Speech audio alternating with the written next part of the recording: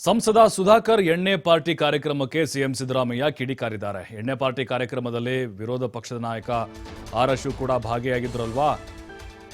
ವೇದಿಕೆಯಲ್ಲಿ ಬಹಿರಂಗವಾಗಿ ಮದ್ಯ ವಿತರಣೆಯನ್ನ ಮಾಡಿದ್ದಾರೆ.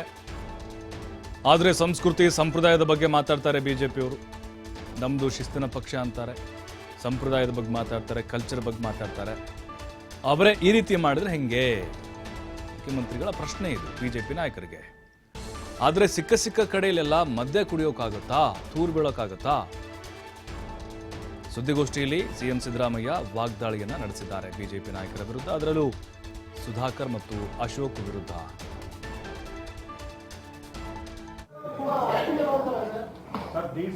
ಸುಧಾಕರ ಅಭಿನಂದನಾ ಕಾರ್ಯಕ್ರಮ ಇಟ್ಕೊಂಡಿದ್ದಾರೆ. ಯಾರು? ಮಿಸ್ಟರ್ ಡಾಕ್ಟರ್ ಸುಧಾಕರ ಅವರು.